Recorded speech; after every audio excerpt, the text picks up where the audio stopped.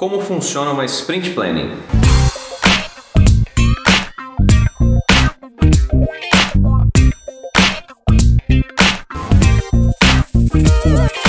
Bora, pessoal, falar sobre a Sprint Planning então. Sprint Planning é o primeiro evento do Scrum, é o primeiro evento de uma sprint e ele vai ser o planejamento daquilo que o time vai buscar fazer, né, do objetivo que o time vai buscar cumprir e como que ele vai fazer esse objetivo, né, como é que ele vai executar o plano para cumprir esse objetivo dentro dos próximos 30 dias ou menos, que é o tamanho de uma sprint normal. Legal? Então vamos lá, como que funcionaria uma Sprint Planning? Questões só técnicas, né? Então a Sprint Planning ela tem um time box, que é um tamanho máximo de 8 horas para uma sprint de 30 dias, ok? E todos os membros do time Scrum participam de uma Sprint Planning, tá? Product Owner, Scrum Master e Development Team.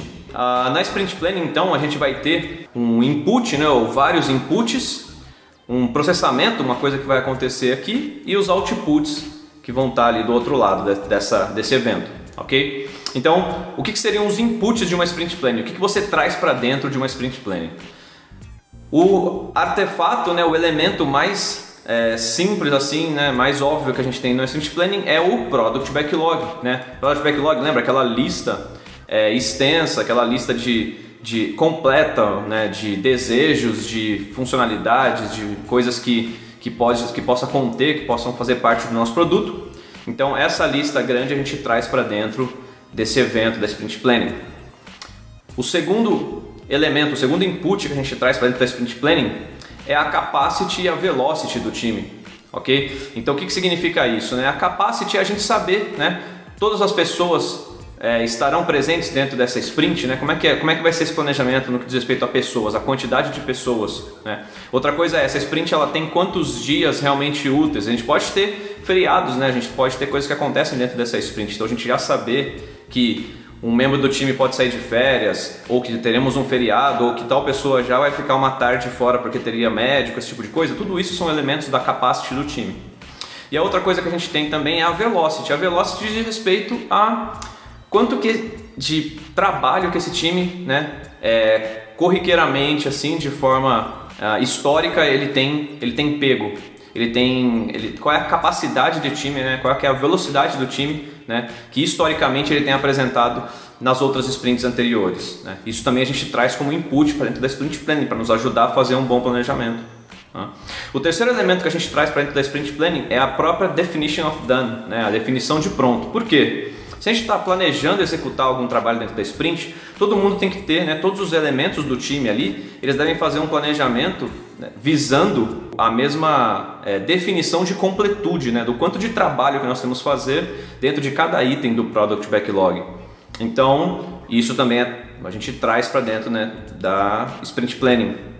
E o último elemento que a gente traz para dentro da Sprint Planning são os commitments de retrospectiva da sprint anterior, né? Lembra que o Scrum Guide ele teve uma alteração na sua última versão ali, em que ele fala que um elemento, pelo menos, de commitment, né, de comprometimento da retrospectiva, ele deve fazer parte do Sprint Backlog da sprint seguinte. Então, esses comprometimentos, esses commitments de retrospectiva a gente traz para dentro da Sprint Planning também, porque isso a gente vai planejar, executar dentro dessa sprint.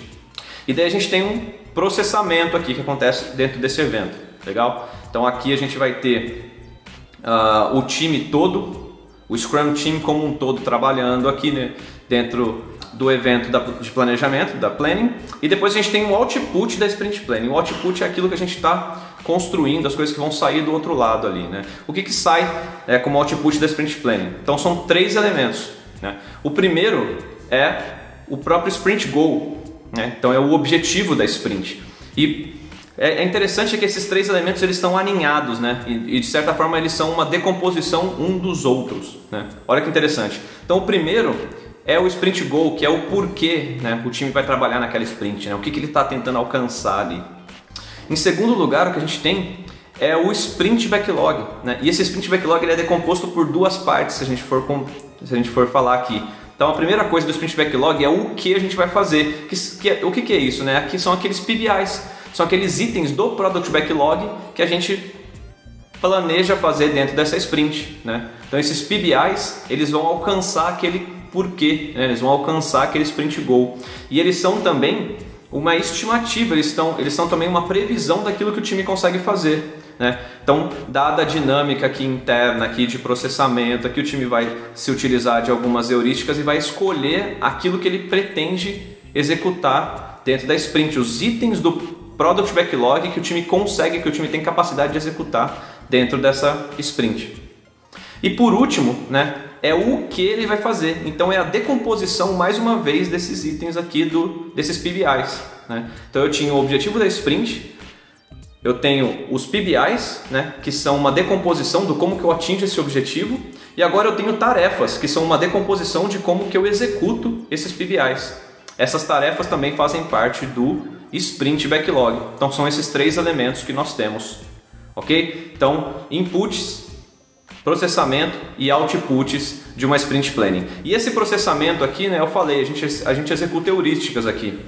Então muitas pessoas elas reconhecem o Planning Poker como sendo um exemplo dessa heurística, né? Mas isso também é somente uma prática complementar do Scrum, tá? Não é obrigatório que você se utilize do Planning Poker aqui como uma heurística para você construir o seu Sprint Backlog, tá? Então você pode, por exemplo, se utilizar de uma técnica do Kanban que é Probabilistic Forecast. Então você pode fazer com que essa criação do Sprint Backlog ela aconteça, né? Esse forecast, essa previsão daquilo que o time consegue fazer, ele possa acontecer de maneira estatística, de maneira automática. Beleza, gente? Então, essa é a Sprint Planning, né? Esses são todos os elementos, né? O input, o processamento e o output. Espero que vocês tenham gostado e vejo vocês na próxima. Falou, até mais!